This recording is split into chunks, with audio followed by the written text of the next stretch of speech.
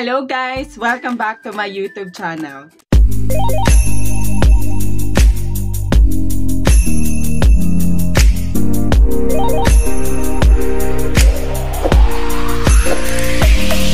So for today's tutorial ay tuturuan ko kayo kung paano gumawa ng ating sunflower. So ipapakita ko sa inyo ang ating magiging sample. Ito ang ating magiging sample. Ganito ko siya gawin ang ating sunflower. By the way, before tayo mag-umpisa, gusto ko lang mag-thank you sa mga nanonood ng ating mga tutorial sa ating YouTube channel. Sana ay dumami pa kayo and supportahan nyo pa kami sa paggawa ng ating mga tutorial. And kung hindi mo pa napapanood yung ating mga tutorial sa aming YouTube channel, nandito sa screen ang aming mga na-upload ng tutorial. Ready na ba kayo guys? But before that, i-ready muna natin ang ating materials.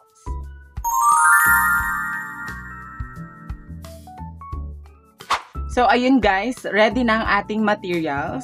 Umpisa na natin ang paggawa ng ating sunflower. So, para sa ating sunflower, kailangan natin ng yellow na ribbon sa paggawa ng petals. So, kailangan natin ng 24 petals. So, bali 24 na roll sa ating ribbon. Kailangan uli natin ng card dahil ito ang ating panukat sa ating petal. So, ganito lang ang sukat.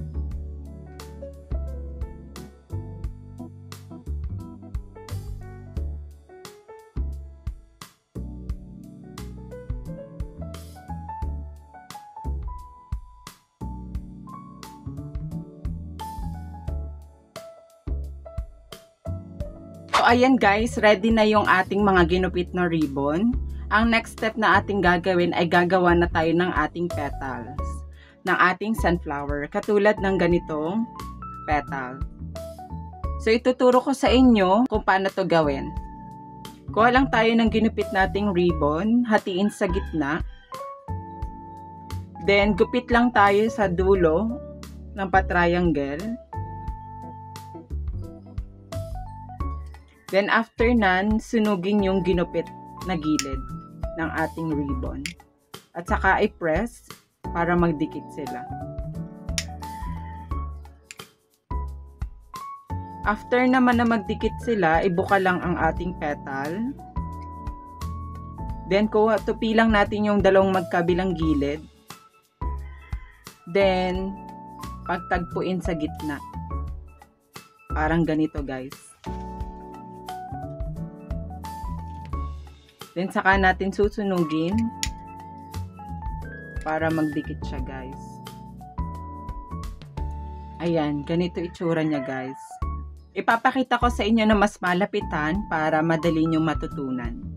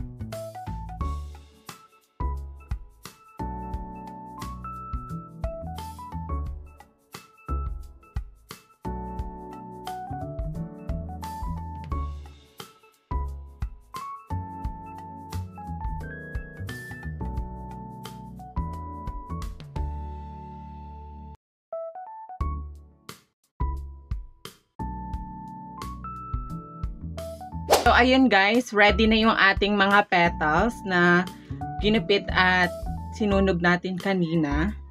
So, ang next step na ating gagawin ay kailangan natin gumupit sa matigas na papel or karton ng bilog katulad nito. Sa akin, ang ginamit ko na lang dito ay yung mga pinaglagyan na Choco Mocho or Cloud9. Kasi medyo matigas din yung karton nila. So, ito ang gagamitin natin base ng ating mga petals or ito yung pagkakapitan ng ating mga petals ng ating sunflower. So, pagkapit ng ating sunflower, gagamit lang tayo ng glue stick at saka glue gun.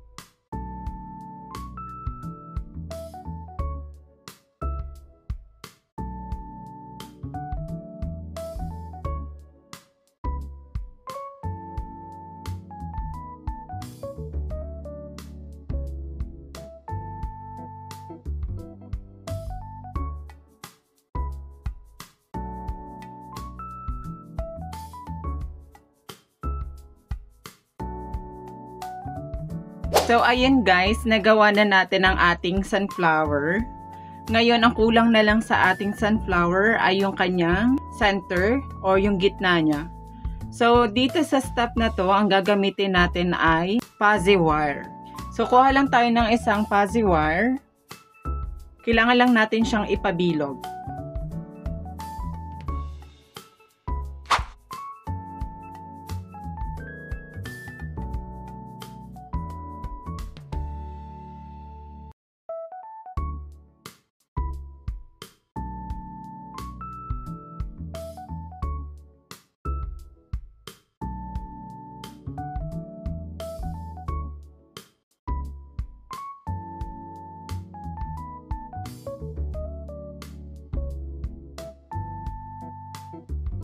So, ganun lang kadali guys ang paggawa ng ating sunflower. Sana nakatulong itong ating tutorial. And by the way guys, huwag mong kakalimutang mag-subscribe, i-like ang ating video at mag-click na din ng notification para updated ka sa mga videos na i-upload natin. And by the way, comment ka na din guys kung meron kayong mga tutorial na gustong ipagawa sa amin. Thank you for watching guys. Bye-bye!